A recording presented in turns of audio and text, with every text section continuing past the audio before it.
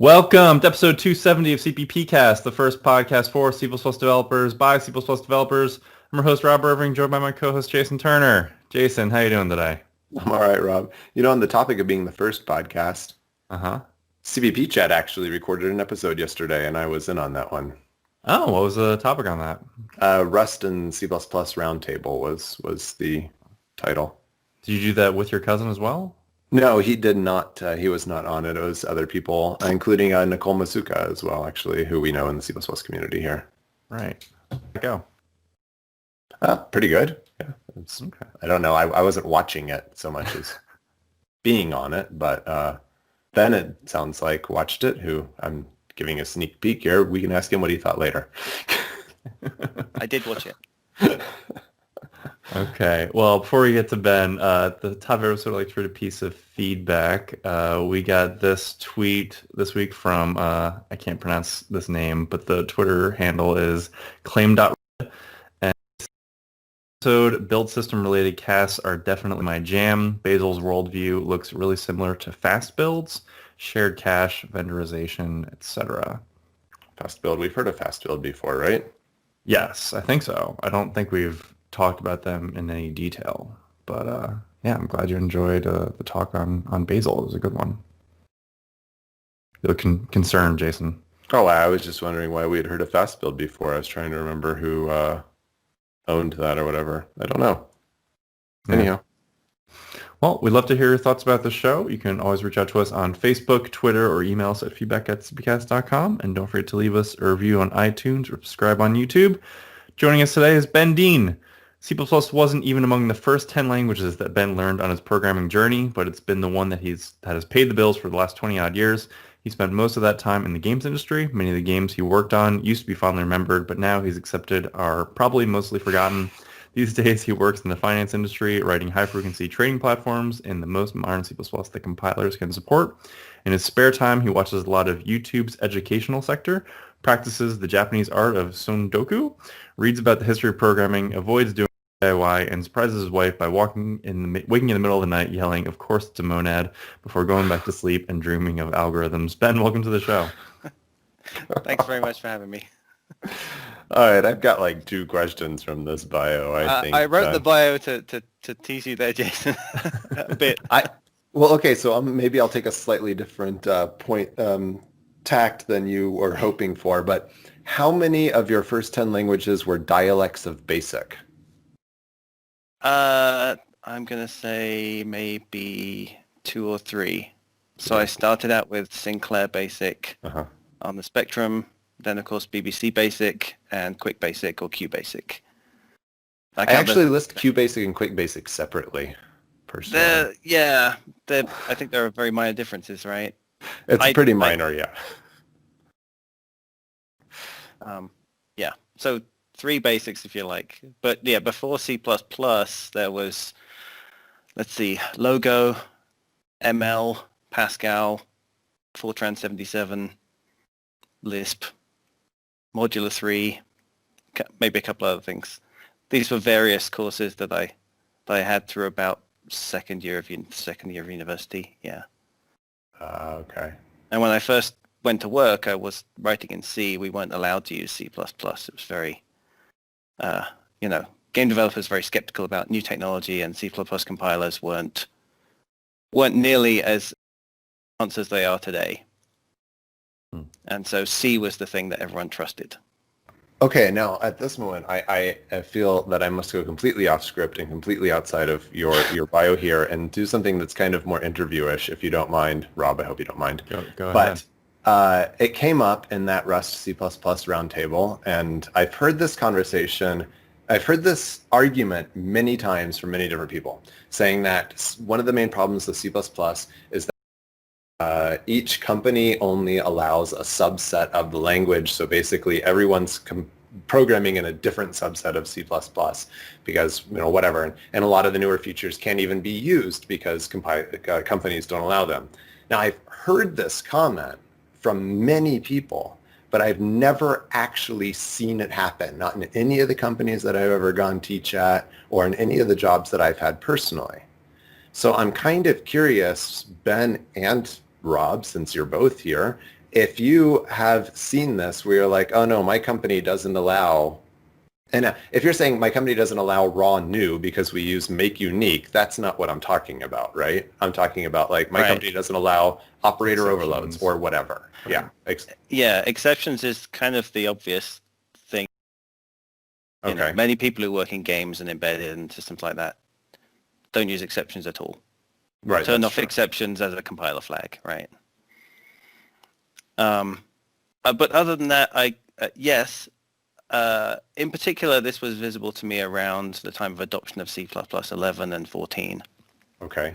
Right. So working in the games industry at that time, everyone was sort of waiting to see what the new standard would be. And there were so many features that came in with 11. It took us it took people a while to get to know them. Some were very quickly adopted. Some were universally a good thing. Scope denums is in that category. Like game developers just loved scope denums more or less from the get-go. They were obviously anything where it's obviously a benefit with absolutely no performance impact. Okay. Like that, great. Things that are take a bit more getting used to, like lambdas. I think it's now pretty much accepted that lambdas, at least shortish, let's say, lambdas, are a good thing, right? In game development, I might say, although I haven't been in game development for a couple of years, but but it took a while for people to accept lambdas. It took a while for people to be educated about lambdas, in particular because I think stood function came in at the same time. I think in 11. And that confuses a lot of people. And that really doesn't have the same performance profile as lambdas, right? So people were confused about those two for a couple of years back there in the mid-teens. Yeah. And so more it came down to at least the company I was working at the time. The individual game teams, the technical directors and the lead engineers of the individual game teams would get together and decide, which features they wanted to open up, as it were, and which features they definitely didn't want used in their code base. Okay.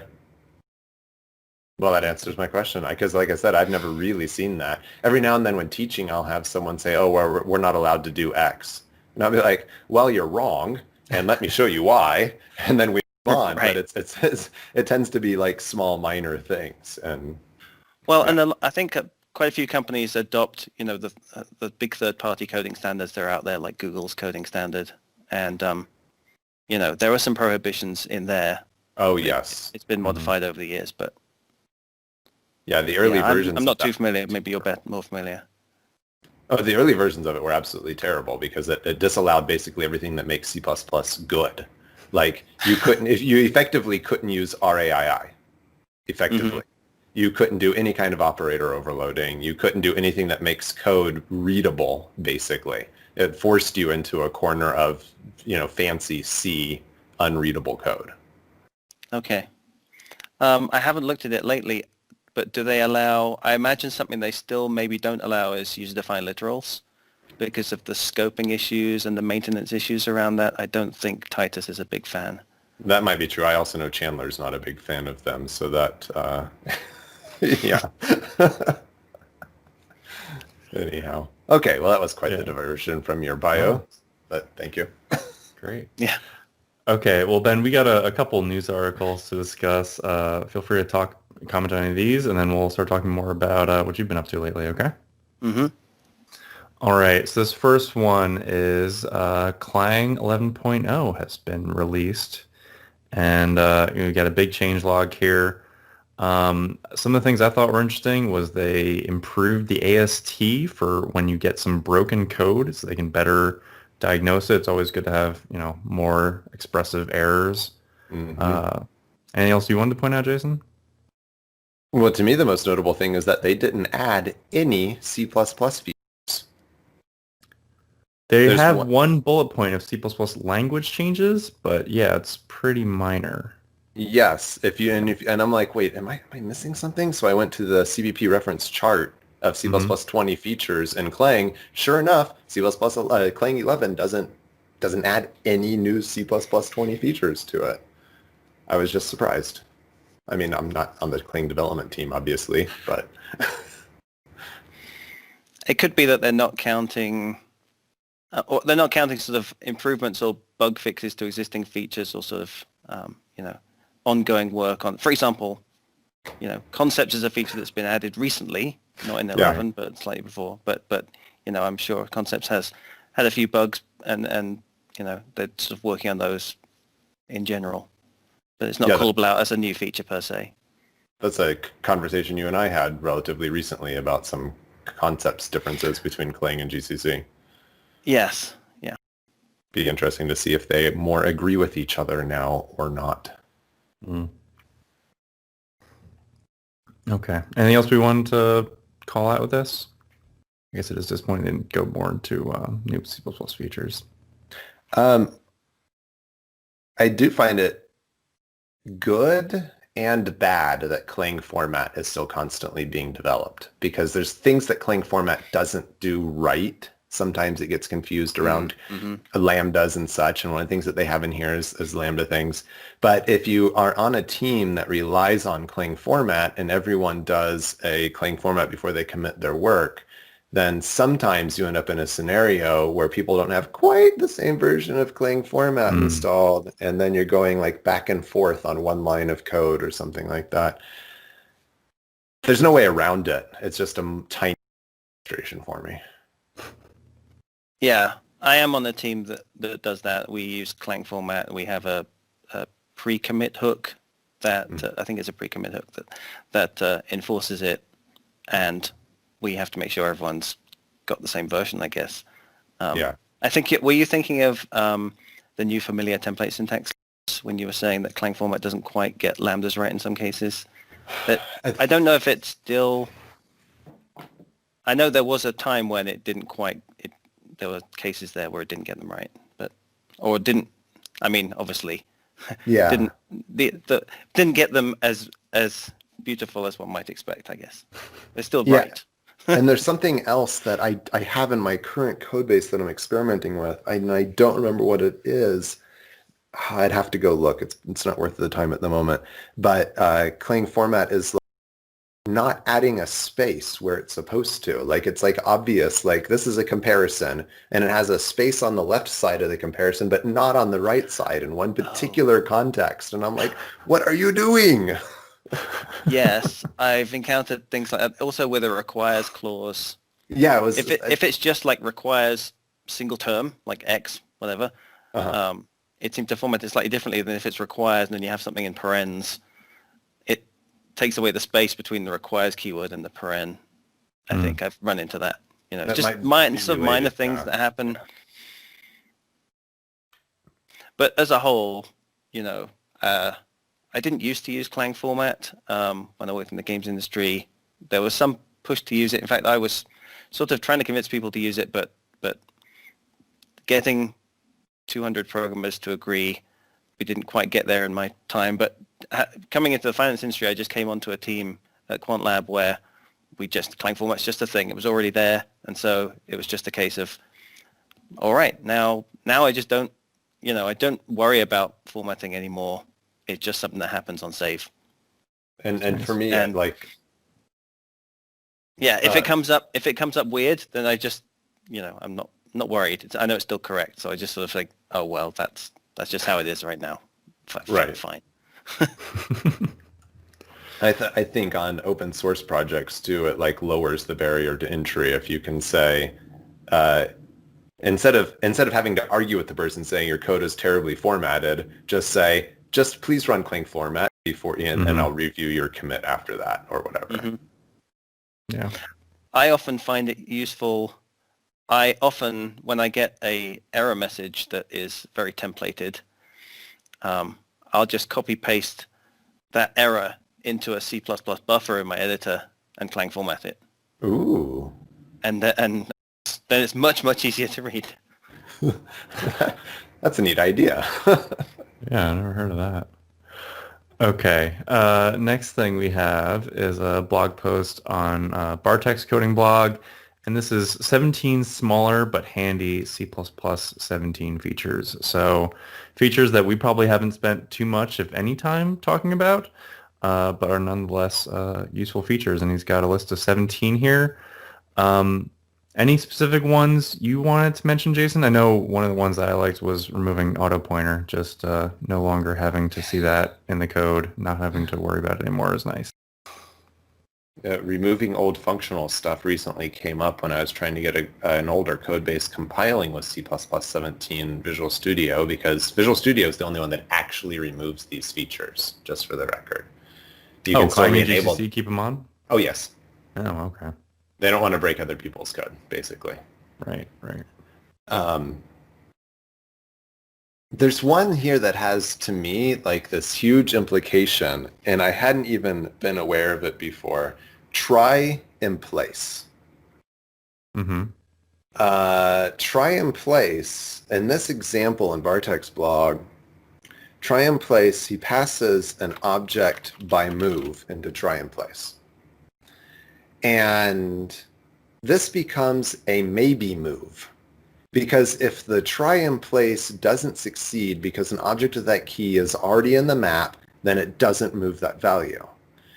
Now, there's a fairly good push. Then C++ 20 had one change for this to make move more automatic in more places. And there's another push to make move more automatic in more places, where if you pass something by R-value reference, it's just going to be moved. So we don't have to type stood move everywhere inside our functions. Well, here is an example in the standard library of something that's a maybe move. And if we make move more automatic in more places, that becomes tricky, potentially. In this case, the example shows moving a string as what will be the mapped type in the map, right? Mm-hmm. The signature of try in place actually takes an argpack that will construct the mapped type in place, I believe. So it takes a key type and then an argpack, which will be perfectly forwarded to construct the mapped type. So If that key doesn't already only exist. yes, Okay. only if the key doesn't already exist. So I think what you're saying still applies. Yeah, it's one of these cases where stood move doesn't move. It Right. casts to R value, and here it is writ large. And I'm not saying I like the fact that stood move doesn't move, that it's just a cast, right? I'm just saying whenever I bring this up, that in cases you might have a maybe move, people are like, oh, but, well, here's a case in the standard library. That's a maybe move. Right. One of the things here that I'm interested in is the variable templates for traits. So in 17, the type trait's got the _v versions for just the Boolean values. I've run into this recently because, I do a lot of, on my team we do a lot of compile time programming, and we use a lot of type traits. And the interaction with concepts here is interesting because, so normally you have like trait _t, and that is usually a thing either of type true type or false type, right? And then you have a trait _v, which uses the value out of that trait _t, typically. But there was, I think I remember some discussion in the community about whether the _v should use the value or just an instantiation of the true type and false type, which is convertible to a bool. Okay. Right. So, and I've noticed that at least, and I suspect this is a standard thing because the compilers do this right now in concepts. You can use bools in concepts, but you can't use true type or false type. There's no conversion there. It just doesn't happen in the context of the concept, I guess. I haven't looked up chapter and verse in the standard for this, but I found that so the upshot is now I all of my _v declarations that I use, I make them use the value from inside the trait rather than instantiating the trait's type as true type or false type. And so that makes them usable in concepts. And that is what the standard type traits do as well, right? Their _v's are just yes. true or false. Yeah. Yeah, they're just plain old bools.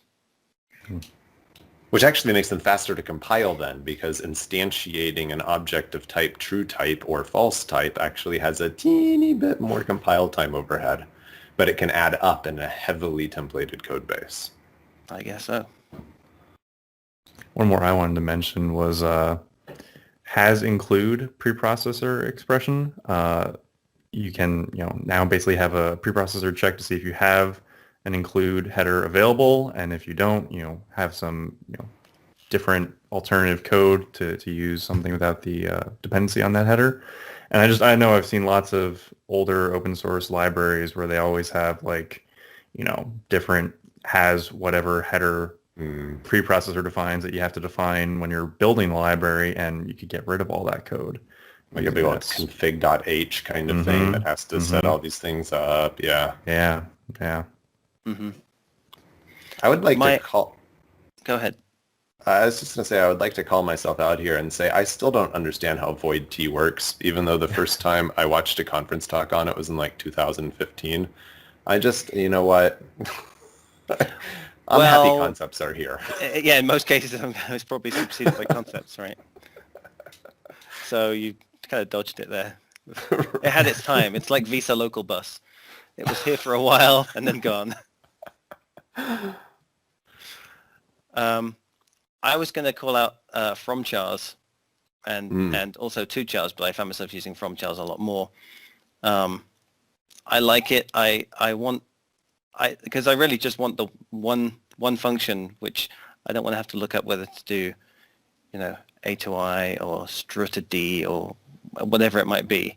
From chars, I just want the one place where I can go and know that that's the fastest possible thing. Now, all the implementations aren't quite yet there, I think. But in for example, Microsoft's STL, Stefan Lalway did he did a great job. Doing to chars and from chars. Yeah, talk about that. I think the last CppCon. Yeah. The one thing I don't like about it is it's not const expra. It should be.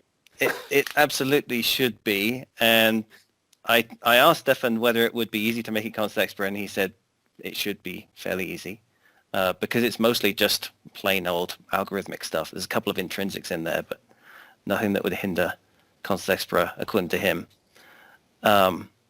And in particular with the new stuff with C++20, with more and more using string-like things as compile time as non-type template parameters and things like that, I found myself needing from chars in a const expra context a lot.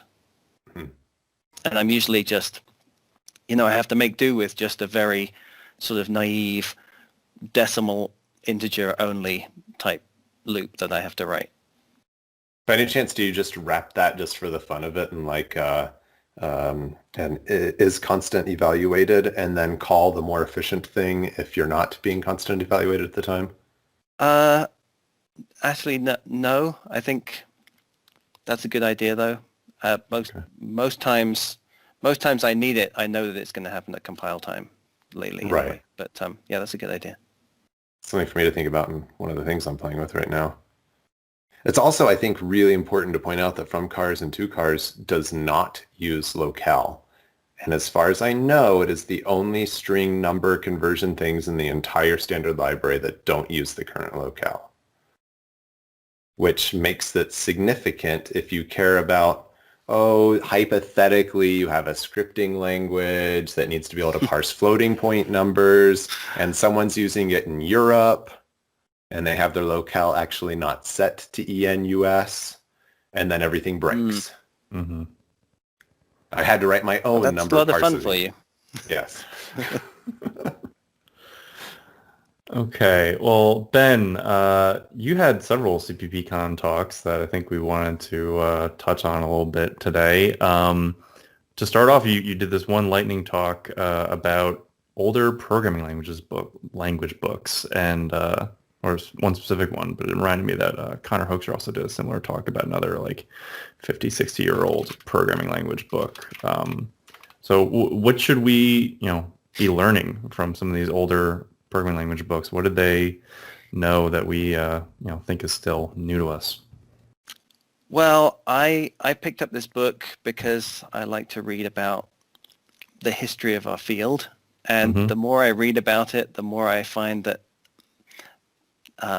all the things we think are new these days, there's a lot of new technology these days, and there are new things these days, but all the sort of, as I said in the talk, sort of all the elements of the programmer's condition have been the same for the last 50, 60 years probably. And it's just fascinating to go back and this book was printed in 1969. It's by Gene Samet, and it contains a large number of languages. You wouldn't necessarily think that there were that many languages extant at the end of the 60s. But there are, as well as the ones we know these days like Fortran and COBOL, there was this really an explosion of languages, and they were very much more, a lot of them were very much more special purpose or fitted to their domain than languages are these days. So you had languages for numeric computation, languages for string handling, also all these different domains had separate languages. We can see that a bit in the history of Unix as well, things like awk and sed and nroff and those kind of languages, and they harken back to the day when there was this amazing fecundity of languages and people were trying out all these different things. Before we sort of settled down into what we think of today as a language, which is sort of a general purpose Turing complete thing. So your question was, what can we learn? What was your question? What should we take away from that, perhaps? Yeah. Just that, it's a sense of history. It's a sense that the same issues we have today, surprisingly, you think of, we're worried about compile time, or we're worried about performance. They had all those same issues then, and in fact, sometimes even in ways we don't think of now. Like compile time was a concern back then, not just because it could take programmers time, but because it was much more common to be compiling something which would only run maybe once or twice, because the problem was very specific, and they didn't have general purpose tooling to build up things to solve problems. They had to write programs specifically to solve specific problems in some cases. So the compile time could easily be, compiling is very expensive compared to maybe solving the problem. So the compile time could easily be 50% of the total time, computer time spent on the problem. Whereas these days, we like to minimize compile time, but I don't think most people, runtime outweighs compile time, almost no matter how long the compile takes. Almost. Right. Do you ever find yourself, since you do enjoy this history of programming languages and such, saying, on this one function right here that I'm currently working on, I wish I could write it in Fortran or Lisp or whatever, in eLisp, in your case, maybe. Well, sometimes. I don't really ever wish I could write it in sometimes you run up against, in C++, some particular odd or annoying syntax. C++ is pretty powerful though in terms of what it can do. Just it's not always beautiful or nice to do things. But yeah, it's more of a case of not wishing for other languages, but using, and the reason to study all sorts of different languages is to find out how to differently do things, different ways of looking at things. And most obviously, perhaps in the last decade, the influence of Haskell has shown that in many languages, C++ included, right? Different way of thinking about things, different way of expressing things, to look at a computation differently. That's I think where it comes through. Okay.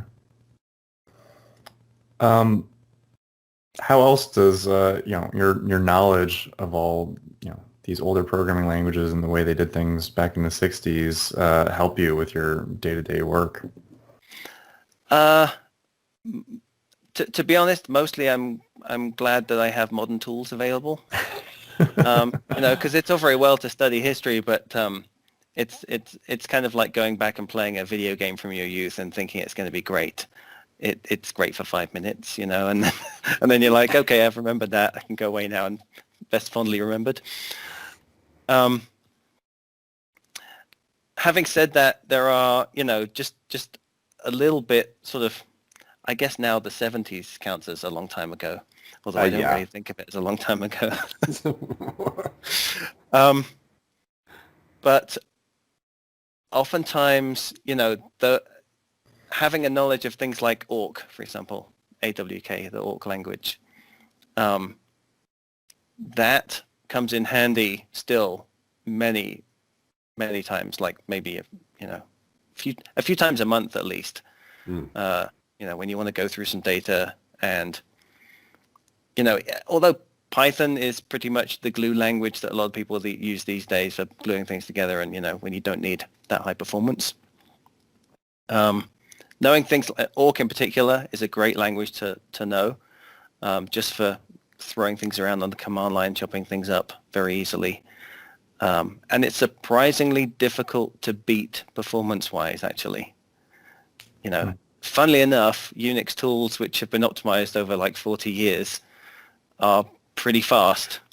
And, for any given problem involving chopping up text, doing it in 5 minutes on the Unix command line gets you a solution that even performance-wise is hard to beat, even if you go to like C, right? Because after all, it's all written in C and pretty optimal under the hood. There was a talk I went to there was a C++ meetup in the Bay Area talk I went to a couple of years ago now, where the speaker compared Unix tools versus a C solution versus a C++ solution to solve a problem like that on the Unix command line. The takeaway I got from that talk was, just use Unix tools, just use sed, awk, grep. They're pretty much fast enough, and it would take you quite some effort to beat them. See, that's like the kind of thing that I was thinking of when I asked if you wished you could just write this function and insert language here. I've never thought about this before, but it does seem like it would be kind of handy if in the middle of my C++ code, I could be like, I need to do a quick regex replace on this string, at runtime. Mm-hmm. If I could just put a sed string in there, that would just be sweet. Yeah, that would be good. You should work on that. Maybe. I'm not sure. But yeah, when I joined Quantlab, one of the interview tests was write a little function to write a little C++ program to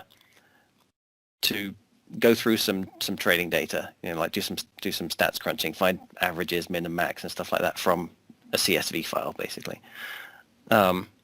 And writing that in C++, yeah, you can do it. It's not difficult. It takes an hour or two, and you end up with a program that's fine.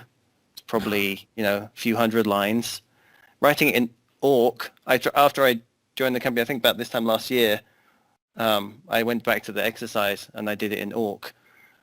And it was 40 lines, and 20 of those are because awk just is so primitive it doesn't have things like min and max. And it handily beats the performance of certainly my original solution and a couple of candidate solutions I tested it against. Wow. And it was 5 to 10 minutes work. Wow. Okay. Well, let's maybe move from history and older programming languages to some new things that are happening in C++. You also did a talk on JITs, right? Yeah. Chris Jusiak and I put together a talk on just-in-time compilation based on a paper by Hal Finkel from a few years ago now. It's gone through some revisions. But the idea behind it is we extend Clang to and there's a new attribute you can use on a function template, and it's a Clang JIT attribute. Okay. And what that means is the function the template can be instantiated at runtime through the just-in-time compilation mechanism. And basically the mechanism for that is you build a string, literally a std string, and you put the contents of that std string in as the template argument. Right, so your std string might literally be the string int, int. Mm-hmm. When that gets JITted, the function template is instantiated with a template argument int. Right, but you can put any string in there, so as long as that string sort of in some sense resolves to a type, that gets just in time compiled. That template is instantiated at runtime at the point of use. So that's the basic mechanism of it. And it means, now you're thinking, yes, it means that the whole compiler is based, or at least the whole Clang, the whole compiler is inside your application. And so naively, your application is quite large. Mm-hmm. But there's a way, as Chris and I showed in the talk, to, once you've instantiated the template, basically in memory, then you have the IR, the AST, and you can save out the IR, which has already been through the Clang front end and through the optimization passes, and then is ready for basically very cheaply turning into an object file and linking. So although your naive sort of program that is all signal dancing and allowing all of this JIT to happen is large, you can end up, having JITted the right things, you can end up with outputting a relatively small binary that does exactly what you need. But instead of being based on things you had to foresee at ahead of time, compile time, this JIT phase I think of as sort of a configuration time or an install time setting. It's distinct from ahead of time compile and it's distinct from final runtime, but it's sort of one usage of it is sort of as a configuration time where you're like, okay, I know something about my data now. I can use that to output exactly the optimized binary that I need to crunch my data. But is it only types, template parameter types, or can you also do non-type template parameters? you can also do non-type template. Yeah, I was explaining it in terms of regular templates, but you can do non-type template parameters. Okay, but it is only the template parameters, only the bits between the angle brackets, if we will. Yes. Okay. But that gives you a lot of power, as you can imagine. In particular, when you mix it together with lambdas in unevaluated contexts. Okay. So being able to do the decal type of a lambda expression, and in particular the decal type of an immediately invoked lambda expression, then basically you can write an arbitrary lambda, returning an arbitrary thing, doing arbitrary computation, immediately invoke it, stick the whole thing in a decal type, pass that to a function template, and now you have the ability to provide for your users to inject types at this JIT time, right? Because inside the lambda you can have a local struct, and you can return the thing of that type, and you can put functions in there in your struct inside the lambda. And you can apply concepts to this type. So you can say, user, give me a lambda, write this object in your own way, for your use case, but I expect it to adhere to these concepts. Like I expect it to be some kind of I/O thing. So I expect it to have a read function and a write function, for example.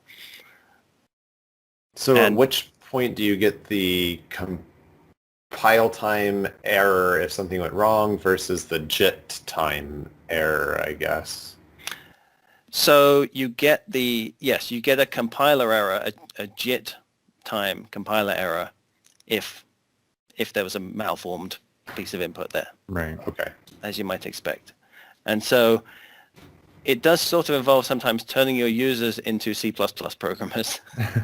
They're used to working in a certain domain.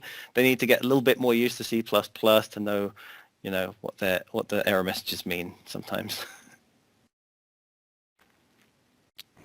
Okay. So do you have practical, where you've actually seen this be useful kind of things that you can talk about? Well, I can't get into the details, but Right. yes, exactly. Kind of, if you extrapolate from what I've been saying, imagine that you have a large amount of data that you want to crunch. You want to find, some statistics out of the data. Right. It puts the choice of how to do that in the hands of the users rather than having to bake in everything ahead of time. So Okay. the user only wants to look at this field out of the data, and all these other 5 fields they don't really care about this time. They get to do just that through JITting what they need. So the type that you would pass to your template might be something like we would consider dependency injection. It's something I think that might be a good word for it. Yeah. Where you could say, okay, here is a class that I just created just for you, template, and it has a compute function. And now that's going to be able to highly optimize that whole flow because that compute function is known at JIT compile time for this set of data. Yeah, okay. That's a good way to put it. And there really is no difference, but because, it's still Clang under the hood. It's still the compiler. And it's still, you can actually pass in JIT time compilation flags as well. Usually we match them to the ahead of time compilation flag. So for example, every 03, you pass in 03, everything is optimized with 03. So it's literally the case that the JIT time code is as optimal. It's sometimes more optimal, right? Because you know more at JIT time than you did ahead of time. But it's, in theory, absolutely no different. The code's just the same. It's just coming out the same compiler, as it were. Okay. Now, once you have this object file, I mean, I've played a little bit with embedding Clang in a project, and I'm like, okay, I create an object file. Now I need to link it. And it seems like invoking the LLD is a little bit painful if you want to invoke it from inside your program. I mean, if you want to embed the linker versus calling the external linker. Right. So I'm just curious if you solved that problem by calling the external linker or if you tried embedding LLD also. No, we didn't embed LLD. We have some driver scripts that make the binaries out of the emitted IR code. I would stick with that plan. Yeah, it seemed like a good idea. A better idea than trying to do everything in one. Compartmentalization of concerns, that's a good thing, right? The project I'm working on, just as an aside, it has to be cross-platform. Everything I work on has to be cross-platform. And the goal is to make a single binary with no external dependencies. So embedding LLD then became the next phase of pain. Right. Sounds like fun. Yes. What kind of limitations are there with this? I mean, how far have you pushed it? Most of the limitations come from in a couple of limitations. Just really, we're trying to use things which are so modern that they aren't quite here yet in some cases. So lambdas in unevaluated contexts is a very new feature, and the compilers do an okay job, but they don't cover all of the corner cases that when you get into actually using this thing for real and actually doing sort of arbitrary things inside lambdas, you can expect sometimes to run into issues. One of the things that we do that's not in standard C++ yet, we're hoping it will get in, is allowing templates in local functions. Is that right? Or in local, templates and local functions. Templates and functions, has still not been allowed. Right. I mean, we get around it with generic lambdas. Generic lambdas are templates. Yeah. And they can be in local functions. So except they're not. They're defined outside the whatever. Anyhow. Well, yes. Anyway, the fact that you can put generic lambdas already in functions indicates that this probably doesn't have an implementation bottleneck, right. in a compiler. And so it would be nice to have that. So is that actually a proposal out for that right now? There is a proposal. I'm not sure of its status, so there has been a proposal a while ago. Okay. there were two proposals, I think, and they're about to be or have been merged. The two authors working on them were told to get together by the committee, I think. Yeah, and I feel like that restriction is like you can't. I've tried to work around it because you can have a local class, that's not a problem, but you Right. still can't have a template function inside of a local class inside of a function. It'll be Mm. like, no, you're cheating. You're not allowed to do that. Right.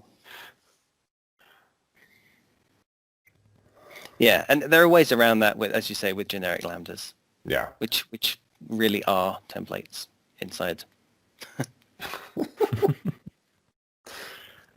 If you're interested in playing around with the JIT, is there, somewhere on GitHub you can go to test this out?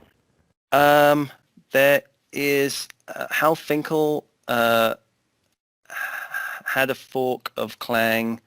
As I say, his paper, we're using version 1 of his paper, and his paper has progressed since version 1 and has changed in a few ways based on feedback from the committee and others, I think. Actually, I'm not sure offhand where to go, but we can dig up a link and put it in the show notes, I think. Since you mentioned the paper again, how's the committee responding to this paper? Do you know? I don't know. I don't know how actively, like, clearly this is a massive feature, and I don't think committee has time right now to review this feature with all the others, probably. Right. I don't know if it's something that we'll get eventually. I don't, I'm not optimistic about it being in the standard inside of 10 years, right? But but after everything else is done, we'll get to that paper. Yeah, maybe. Maybe. After Bjarne gets operator dot, which is probably at least 9 years away at the moment. Okay. And then you also did a talk at CppCon about algorithms, right? Yeah, I did a talk about how to construct generic algorithms. Okay, and what are some of the guidelines you go over about constructing your own generic algorithms? Yeah, that was an interesting talk because so the first thing you get whenever you do a talk that involves that sort of problem, there's the tendency for people to, I got messages on social media after the talk saying, hey, good talk. Did you know you could also solve the problem this way? Or people get caught up in how you're solving the problem rather than the process of constructing the generics, if you like. So yeah, the idea behind that talk was not really to say this is how you solve this problem, but rather to say, here are some things, given that you have solved a problem in your code in a non-generic way, here's how you can alter that code, here's how you can make it generic without losing speed, without losing, and in some cases adding genericity, so making it useful for more use cases. In particular, things like looking at the obvious thing is, you convert it to a template and then it works with iterators and or ranges, and you have to decide, do I want to provide this for forward iterators or random access iterators or bidirectional iterators, or what strength, and what are the various performance trade-offs there perhaps. And then there are things like affine-based types, like stdchrono has, where you look at separating the types. So Adi Shavit and Bjorn Fala had a great talk about this. Sometimes the idea is that sometimes you shouldn't assume that a type is one thing. For example, you've got a function that takes a couple of arguments, and when you're writing it, those arguments having the same type because you just want to, add one to the other or do something like that. But affine space types are two pairs of types that work together to form an affine space, and what that means is it's basically one of the types is a point type, meaning a position in the space, and one of the types is a vector type, meaning a length or a direct or duration. So in Chrono, we have time point and duration. And if you look in the standard, you can find that you can add a duration to a time point. You can take away a duration from a time point. If you subtract 2 time points, the result is a duration. Mm-hmm. If you add 2 time points, well, you can't do that because it's meaningless to add points, right? Even though these things have the same representation under the hood, even though they're just ints or floats when you get down to the registers, the type system gives you this ability to encode what's sensible for the types. And so how that converts to generic algorithms is, I have a generic algorithm that works on integers. I like to see if it works on chrono durations, for example, because that's quite often a useful use case. And if it works on those, does it work on time points? And what does it, it's sort of my go-to test case for making sure this affine space stuff kind of shakes out correctly is time point and duration. Okay. So you said, you started that by saying you tend to think of two types as the same, and you're talking about like reducing the requirements, I guess, on your algorithms? Yes, yeah. So, or making them sometimes more generic. Another good example of this is when we get ranges in 20, but before that in 17, we got the sort of relaxation of begin and end iterator stuff for like range force. So instead of being 2 iterators, it's an iterator and a sentinel now. Okay. And so we've more generically realized what's required of that end iterator as was, but now we call it a sentinel. And what's required is really that it's comparable to the begin iterator, the iterator in the other position. But that end iterator never gets dereferenced, obviously, never gets incremented or anything like that. And so now we've sort of more cleanly recognized that and scoped the requirements on that type. I'm also reminded and therefore allowed things to be more generic. The functional helpers like plus and minus and less than and those things pre C++ 14, I think it was. Maybe it was 11. They required both sides to be the same type, but now they've got a generic void type, whatever, for the template instantiation. It can be 2 different types. Oh, right. Okay. Sounds like a similar kind of scenario. Yeah, could well be. I'm curious about something as you're talking about algorithms and your interest in compile time stuff. If I recall correctly, back in C++ 11 timeframe, you re-implemented the standard algorithms as in constexpr, C++ 11 constexpr? Yeah, I did. I have a GitHub repo which is now lying fallow, which was experiments around that. Yeah. Did it all work eventually? Is what I'm curious about. Well, a qualified all that I bothered to implement, and I wasn't rigorous in any sense. But as you know, most of the algorithms were made constexpr just by putting the keyword constexpr in front of them. Right. And so in that sense, although, that was in C++ 14 constexpr land when it was not just a single expression.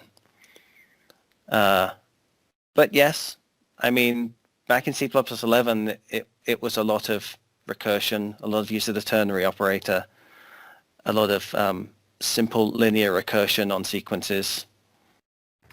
But yeah, it basically worked, I think. As I say, I haven't really kept, the GitHub repo was an experiment. It's out there, but it's lying fallow. Just a random aside, I thought about it while you're talking about this. Yeah, okay. I had a lot of fun doing that. And somewhat masochistically, perhaps, I also did implementations of MD5 string hashing at compile time in C++ 11. And that was interesting. Someone just shared with me a whole CRC library that is 100% constexpr. It's interesting. Maybe something for us to talk about in a future episode, Rob. Yeah. Okay. Well, Ben, it's been great having you on the show again today. Is there anything else you wanted to talk about before we let you go? Well, my company is hiring. We're actively looking for good people all the time. So I can put a plug in for that, Yeah. quantlab.com/careers. And in fact, my team is hiring. So, if you'd like to work on a team using the most modern C++ that compilers support, solving really interesting problems, then drop us a line. And a team that cares about good code quality as well. Yes. Yeah. I have to say, even actually the team I work on right now is really one of the best teams I've worked on in my career. And it was even so when I worked in the games industry, I was taking an interest in modern C++, and I was doing a lot in my spare time, and I was starting to do conference talks. And then making a career change, coming onto the team I'm on now, that also was a sort of sea change in the style of C++ that I was writing. So I learned a lot. Cool. And I continue to. Okay. Well, it's been great having you on the show again today, Ben. Thank you. Thanks for having me. Thanks for coming on.